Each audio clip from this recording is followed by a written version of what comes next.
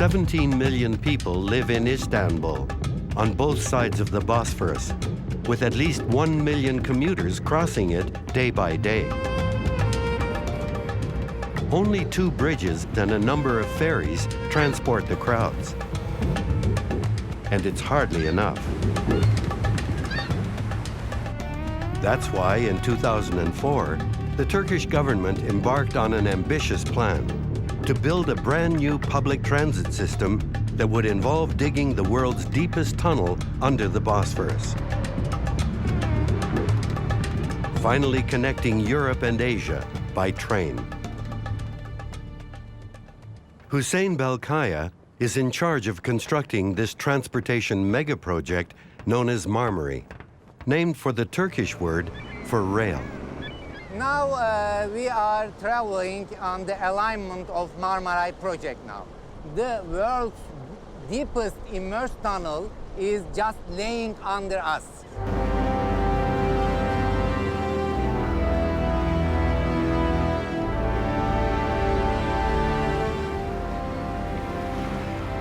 The tunnel had to be placed more than 50 meters under the surface, making it the deepest immersed tunnel in the world.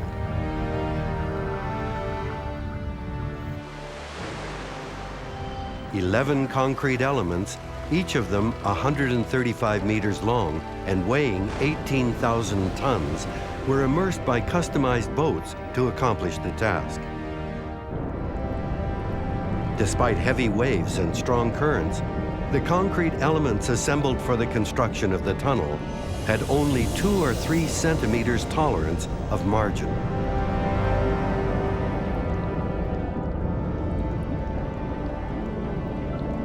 When completed, the system will be 76 kilometers long and carry 75,000 passengers per hour in both directions.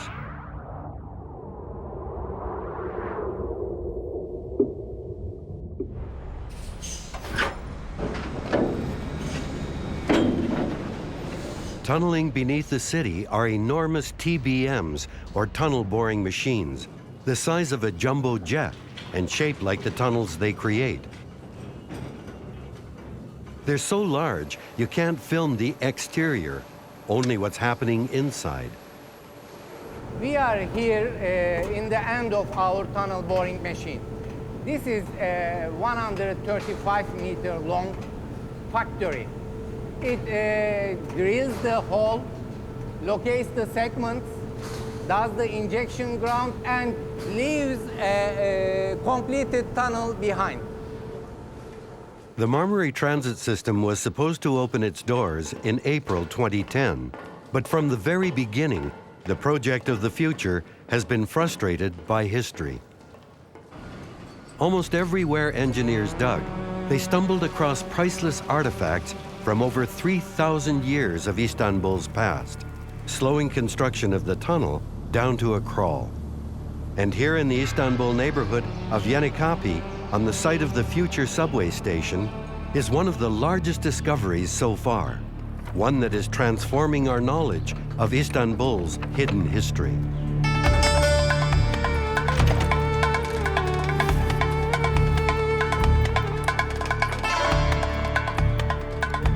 It spreads over an area the size of 10 football fields and dates back to precisely the period of history from the 4th to the 15th centuries, when Istanbul was called Constantinople and when the Byzantine Empire ruled the world.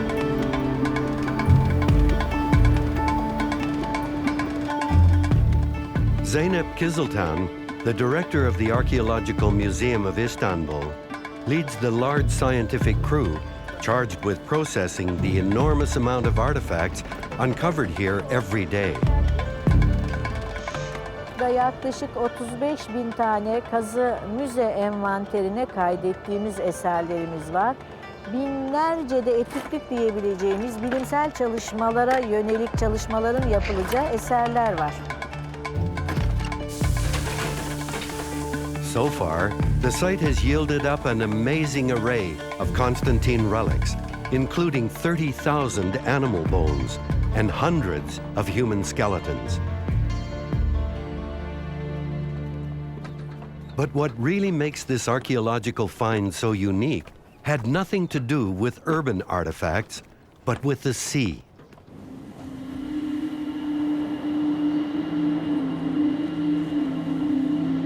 The first clue was these wooden poles, an entire row of supports for an ancient jetty or pier. Bir senede burasını kazmak sürer mi? Aha. Şimdi ben şöyle senin önüne geçiyorum. And then a boat. Kadırga bu taraftaydı. And another. And another. A total of 37 ancient Byzantine shipwrecks dating from the 6th to the 11th century, almost all astonishingly well preserved. It was beyond anyone's imagination. They had stumbled across Constantinople's historic harbor, lost from view for over 800 years. Buranın bir liman olduğu biliniyor kaynaklardan. Fakat yapılan ön etütler sonucu çok büyük bir beklenti içinde olunmadığı için çok büyük sorularımız da oluşmamıştı. Biz burada sondaj yapmak amacıyla kazılara başladık. Ancak -1 metre kotunda teknelere ait bir takım kalıntılar, buluntular gün ışığına çıkmaya başladıktan sonra alan genişledi ve sorular da ondan sonra gündeme geldi.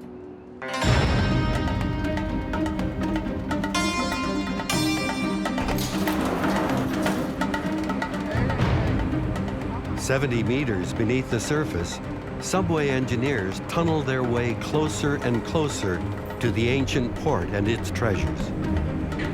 So far, the archaeological dig has cost the transit system over $30 million and mounting. Now we are only 600 meters away from our dream. In 5 years' time, it will be a transfer station. So around 70,000 people in 1 hour is going to be transferring their trips and mode of transportation here in Yenikapı. Construction of the station has already broken ground, and archaeologists must work shoulder to shoulder with the engineers, with the ever-present threat of bulldozers just meters away. We have targets, we have budgets. Days, weeks are very important for us.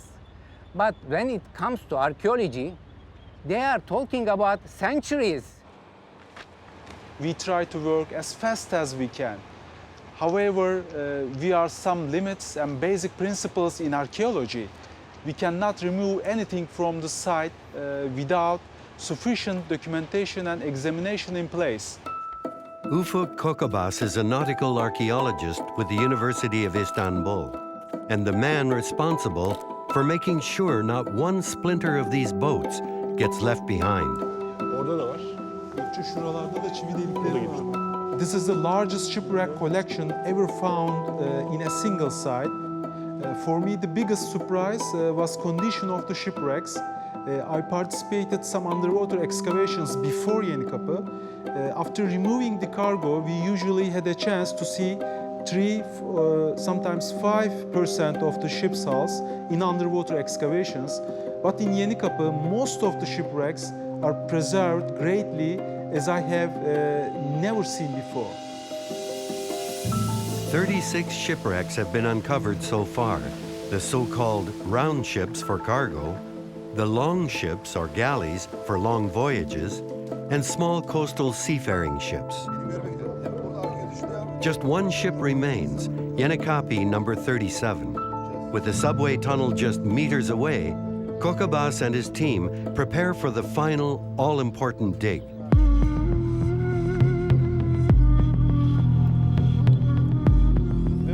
First, they mount a camera onto a remote control helicopter to get an aerial view of the dimensions of the boat.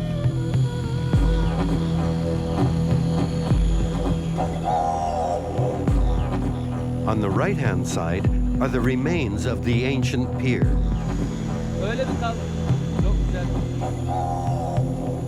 Where the worker is hosing down the mud is the bow or forward section of the boat.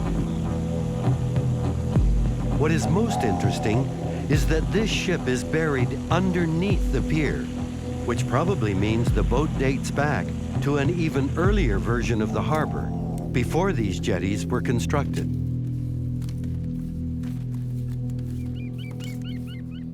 Once the first sections of the boat are exposed to air, Kokobas and his team have a maximum of a few weeks to fully excavate the ship from the ground. In nautical archaeology, it is known as a rescue excavation. The next few days of recovery will be crucial, as every shipwreck gives archaeologists and historians new information about a lost harbor and ancient city that, until now, we've known only from mosaics and books. Constructed in 330 AD, Constantinople was the largest and wealthiest city in the world, holding on to its power for 9 long centuries before its eventual fall to the Ottoman Empire in the 15th century. Key to its trading power was the city's largest harbor, named after the emperor who built it, Theodosious I. The Byzantine historian Jonathan Bardell is a specialist in the urban development of Constantinople. At its zenith, Constantinople was known as the New Rome and the New Jerusalem. If you want to imagine what it was like, you should be thinking of huge colonnaded streets, very impressive vistas, forums with monumental columns built by numerous Byzantine emperors, bath buildings on a massive scale, numerous palaces for the aristocracy and for the emperor himself. The problem today, of course, is that most of that has been lost. Most of it is buried underneath a sprawling modern city. But for the first time in over 1,000 years, the modern city is opening up its secrets, but only for a very short window. We want to buy time. Time is important for us. Archaeologists, in the beginning, they were only working at daytime. We have requested from them a lot to work at night also. They refused, they rejected. They said that it is dark at night. But we are engineers, we can make it lighter than daylight. The clock is ticking for the tunnel and also for the archaeologists, unraveling centuries of lost history in record time. Evet, sorumluluğu ağır olan bir iş, kurum olarak üstümüzde olan bir sorumluluk. Çalışıyor olmamız tabii ki uykularımı kaçırıyor. The discovery of the ancient port's remains and the 37 shipwrecks could help scientists piece together an important part of the city's history. Why did a harbor so important to Constantinople's growth as a world empire simply disappear?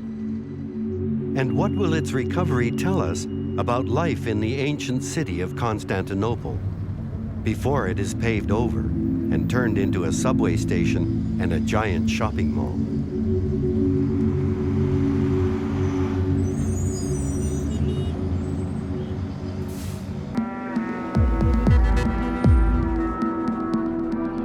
In Istanbul, Turkey, work continues around the clock as archaeologists uncover the remains of the ancient port of Theodosious, lost to history for over 8 centuries. The rescue excavation of the port's final and possibly oldest shipwreck is underway. But exposing the boat to air for the first time in 1,500 years is a tricky business.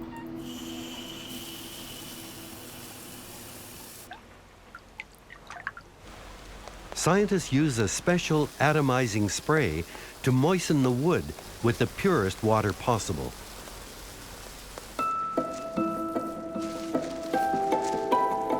As the ship's frame emerges from the mud, so does some of its cargo.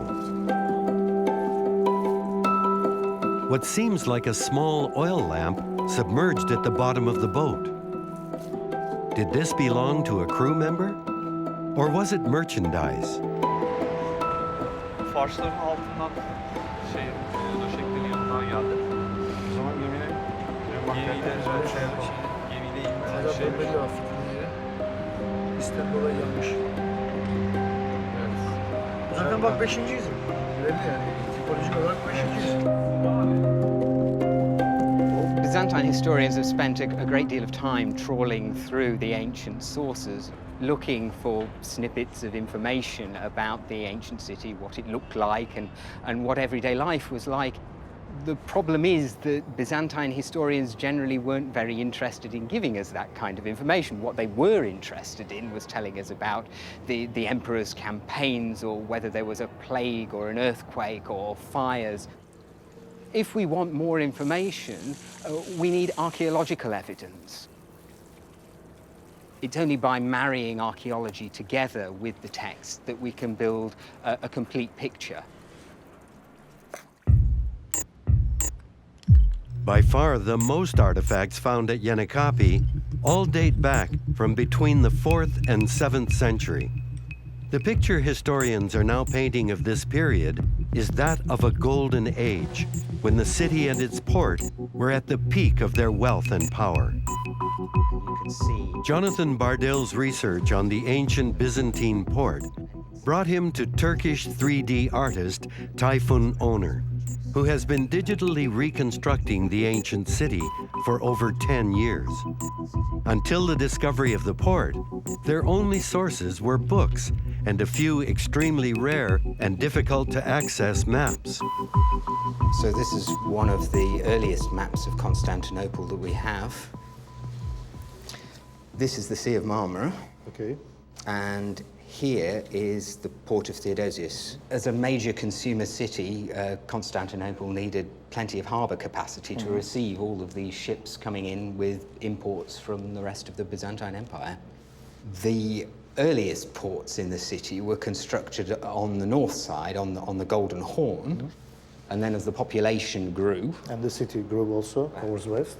Towards the west, more harbour capacity was required, and so the Emperor Julian constructed another harbour here on the Golden Horn. That was about the middle of the 4th century, and then further to the west, the harbour of Theodosious, built at the end of the 4th century. The port was the place where trading ships converged from all over the Mediterranean, Europe, and Africa. But what made Constantinople so powerful was its monopoly on grain that came directly from Alexandria in Egypt, ending up in huge warehouses on the port's wharf.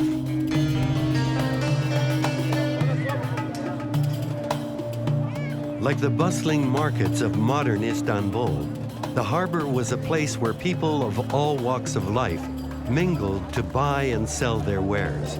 Spices, ivory, jewels, and clothing regularly changed hands behind the port's walls. It is precisely these types of luxury goods that are often so hard to uncover after centuries of decay. But what makes the site of Yenikapı so unique is its very nature as a port. Artifacts have been perfectly preserved in a muddy, oxygen-free environment, keeping even organic materials like wood and leather in amazing condition for over 1,000 years.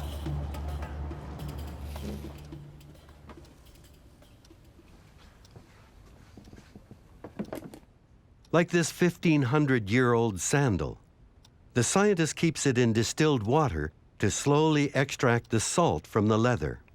The water is changed regularly, and an accurate observation of the conservation process is essential.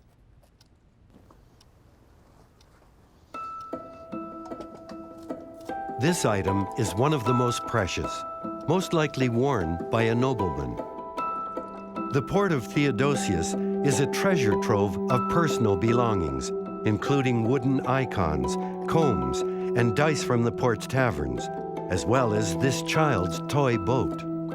All artifacts from Constantinople's glorious, beautiful youth.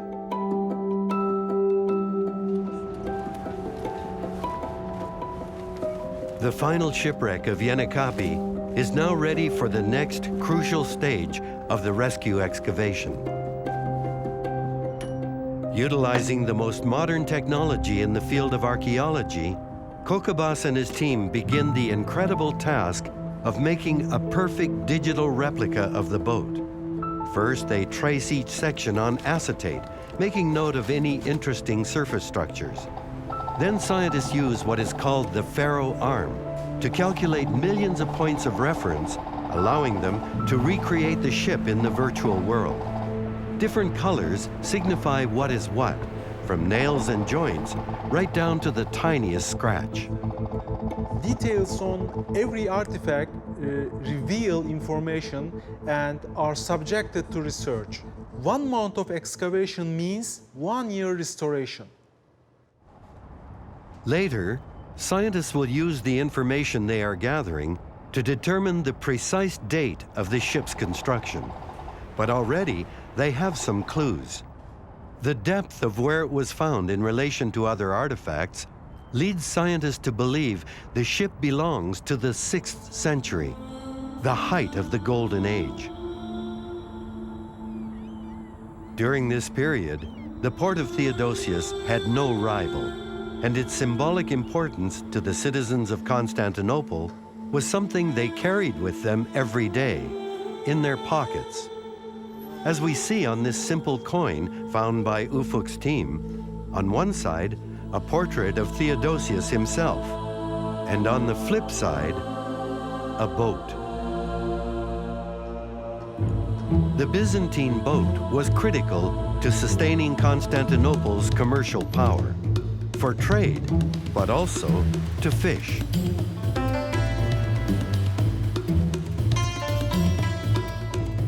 Thousands of fish skeletons from that ancient trade have ended up here in this improvised storage room at the Istanbul Veterinary University. And not just fish. Professor Vedat Onar is in charge of conserving and studying all the animal bones from the excavation. And it's the bones that are providing some of the most interesting clues about life in Theodosius's harbor. Yenikapı'ya adımınızı attığımız zaman bir hayvanat bahçesini düşünün. Karşınızda neler gelebiliyor. O kadar yoğun bir çeşitlilik söz konusu. Akbaba'dan tutun, deve kuşuna kadar, ne bileyim porsuktan tutun file kadar geniş bir popülasyon. Örneğin fil.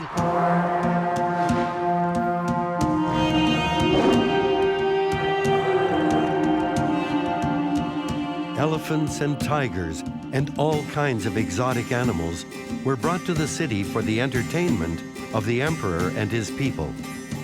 Most ended up here in the Hippodrome, which was both a circus and sporting center, as well as the social hub of Constantinople.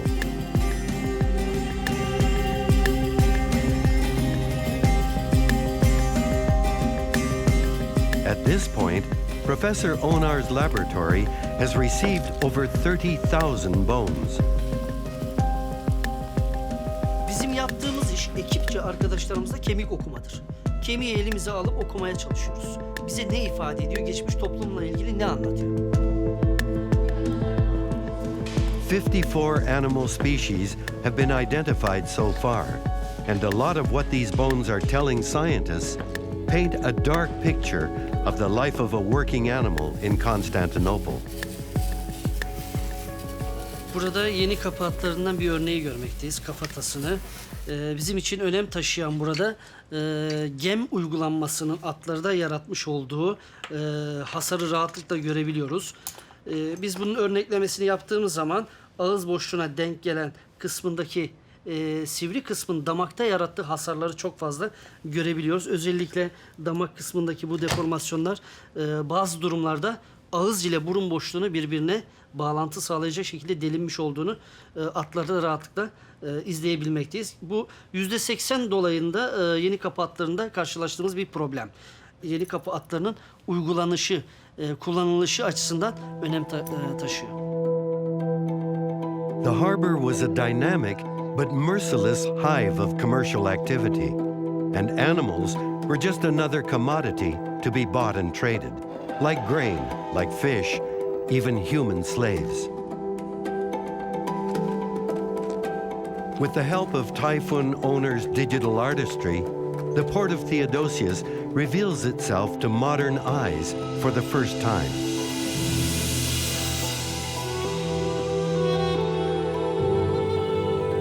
It was Constantinople's largest and most powerful port until the 7th century, and then suddenly, life in the harbor goes quiet.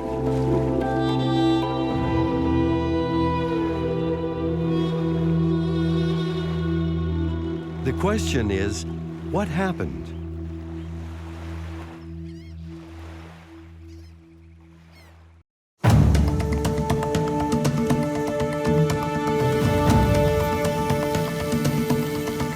Nick Isles is a Canadian geologist here to explore what geological layers in the earth can tell us about the history of Istanbul's ancient harbor and why it disappeared from the city's landscape.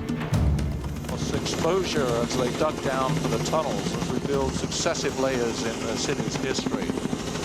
Then you can see a very dark layer. The workers are on that right now. And that's the initial sediments before the city grew, and then the first human habitation settlement above that about 6,000 years ago. And then in the successive layers above that is recorded the growth history of the city. And there's enormous amounts of fill that have been used to push the coastline further out. So the actual shoreline, many thousands of years ago, was right here. And of course, it's now way out. It's in the mud of Yenikapı where scientists find clues about what happened to Theodosius's harbor. The dig has revealed a perfect sequence of stratigraphic sediments. Each layer represents a period of history. The black mud is Neolithic times, and the top sandy layer is the 20th century. In the middle is the harbor. Gördüğümüz en yoğun faaliyeti olduğumuz kesim şuradan, oradan burada bir tane dalgalı bir tabaka görmekteyiz. Bunun bir depreme ait bir izi olduğunu, yani bir halının kıvrılması gibi liman zemininin kıvrıldığını ve buradaki, yani bu alanı boydan boya giden bu tabakanın bir depremin şeyi olduğunu. Could the harbor have been damaged by severe seismic activity?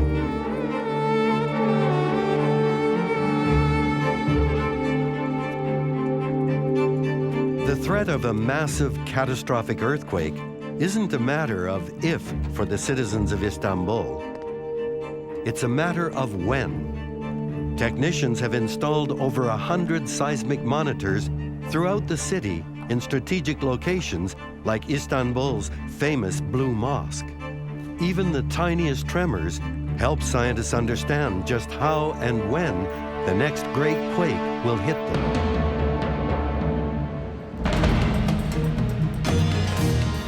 People around the world have to deal with some degree of uncertainty in their lives. But if you live in Istanbul, you have to deal with the fact that there will be a major devastating earthquake, perhaps in the next 20 years. How will this bridge hold up? This bridge takes 120,000 vehicles a day. How will the railways, the airports, apartment buildings? Now, to answer those sort of questions requires a lot of work by geologists, geophysicists, and engineers. And currently, all that work is being handled through Turkey's National Earthquake Center. So this is where the North Anatolian Fault splits. Yeah, and the North Anatolian Fault starts somewhere from here. You can see the scarps here. Yeah. It comes this way, and the split starts here. Constantinople was built on the firing line of the 1,200-kilometer-long North Anatolian Fault that runs east-west just south of the city.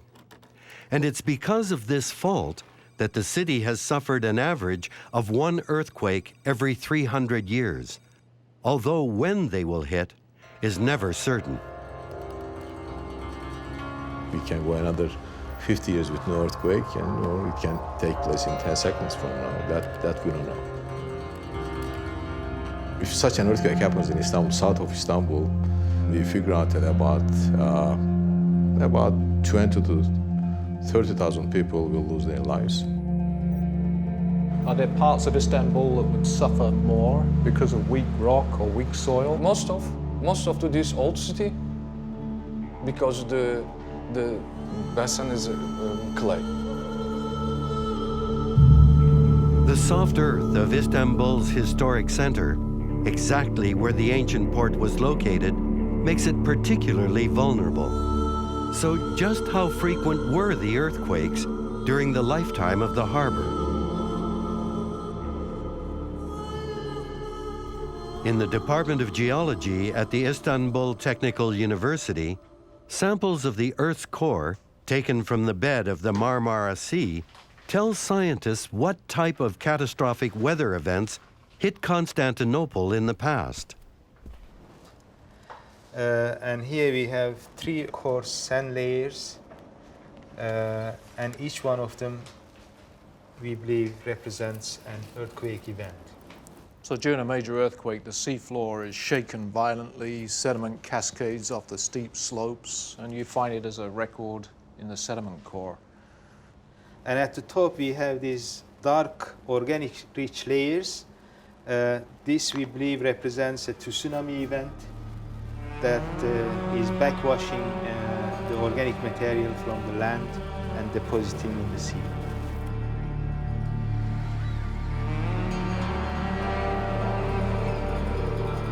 At the harbor site in Yenikapı, geologists find what seems to be a similar tsunami line in a stratigraphic layer dating to the 6th century. Could one of Constantinople's earthquakes have caused a subsequent tsunami wave, flooding the harbor? When archaeologists dig at the same depth, they find more clues. 5 animal skeletons that were unusually intact. Here, a camel, whose neck was twisted towards its tail and body. This must have occurred before the animal died and got cold. And here, a horse, found with its feed bag and bridle still attached. Their intact skeletons and the way they were found lead some scientists to conclude they were swept up in a massive tsunami wave. Whether the harbor was destroyed by one big earthquake and tsunami, or several small ones, is uncertain. But what is certain is that by the end of the 6th century, the harbor's fortunes would take a turn for the worse. At the beginning of the 7th century, the Persians invaded Egypt, and the grain supply on which the city had relied for about 400 years was cut off, and it was never restored. The city was also devastated in the same period by plague. The population had perhaps reduced to as few as 40,000 people.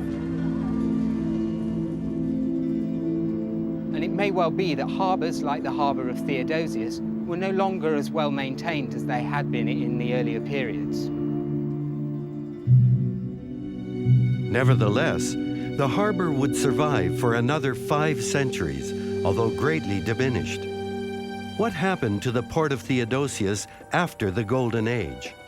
And why were the majority of shipwrecks from these later years discovered in a cluster on the eastern side of the port? What will they tell us about Constantinople's busiest commercial harbor and its eventual disappearance? Archaeologists have been uncovering the secrets of Constantinople's lost harbor and its 37 shipwrecks for almost 5 years. And now the final boat, known as YK-37, is ready to be moved inside. Salt is now the archaeologists' biggest enemy. YK-37 will be immersed in a huge tank filled with distilled water that slowly leaches the erosive material from its wooden timbers. The process takes 5 years to complete, and eventually it will be ready for the final stage of preservation, when the boat is infused with polyethylene glycol, a wax-like ingredient that will harden and preserve the fragile wood for all time. In most cases, penetration of chemicals takes considerably long time, 5 sometimes 10 years maybe, and we need to control and monitor all process and keep other organisms out of timbers. Already, ships are allowing scientists to see just what the Byzantine fleet looked like 1,500 years ago. And one ship in particular, YK-12, has a unique story to tell, one that could shed light on just what happened to the harbor in its final years.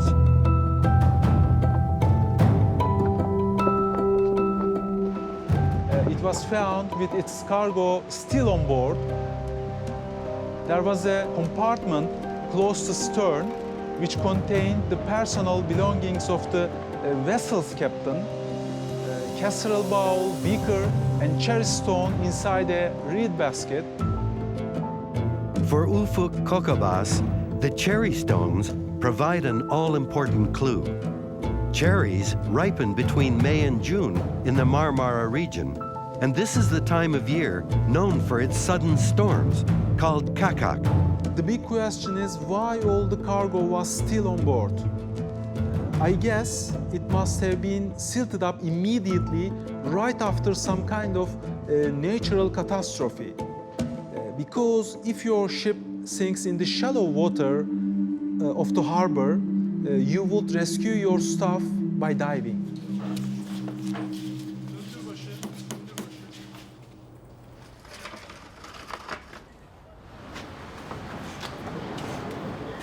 Scientists now believe YK-12 sank in the 10th century, and that most of the boats discovered from this period also sank in heavy storms.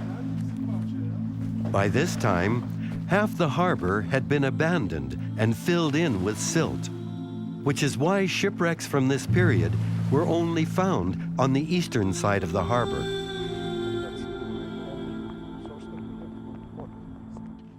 Jonathan Bardil and Typhoon Owner's quest to digitally replicate the port of Theodosious is almost complete.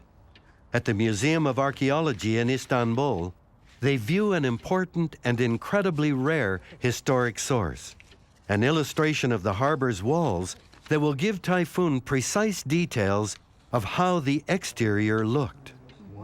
So this is the very west end of the sea walls. Yes. It's so much more picturesque. It shows the port as it was in the late 19th century, so before the coastal road was constructed and much of the walls were destroyed.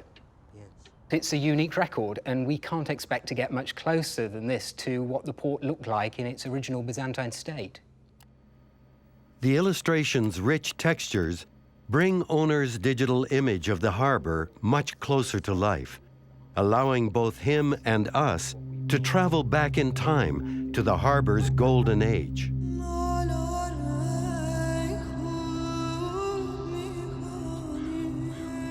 In fact, one part of the port's ancient seawall still exists, cut in half by a 6-lane highway. And with one click of Owner's mouse, the harbor walls reappear in their original form.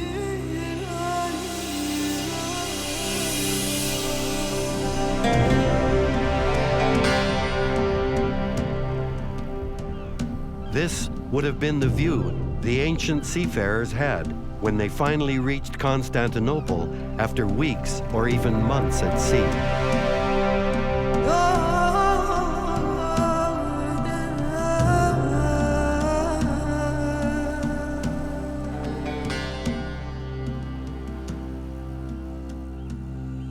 In the end, scientists and researchers agree it was no single catastrophic event that destroyed the port of Theodosious. Centuries of damage by earthquakes, tsunamis, plague, and invading crusaders took their toll, and by the 1400s, the harbor was left to completely fill in. Our final view of this once great landmark can be glimpsed in the map of a Venetian traveler from the 15th century. We've got part of the map of Giovanni Andrea Vavasore, a Venetian cartographer.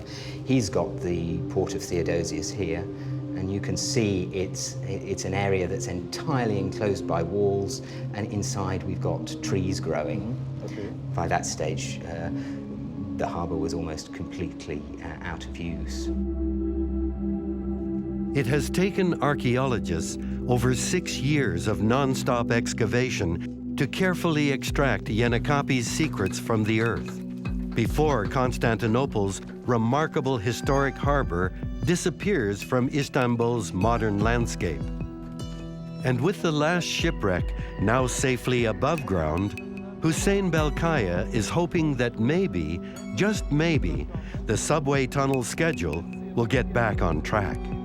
Whenever they discover something in archaeology, I feel sorry for the citizens of Istanbul because the project will be delayed some more. But as a citizen of Istanbul, I feel proud.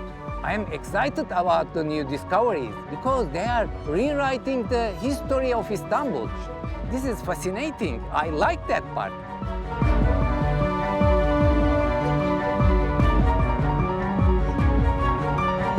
The construction of the tunnel under the Bosphorus should really be seen as just another phase in the harbour's history.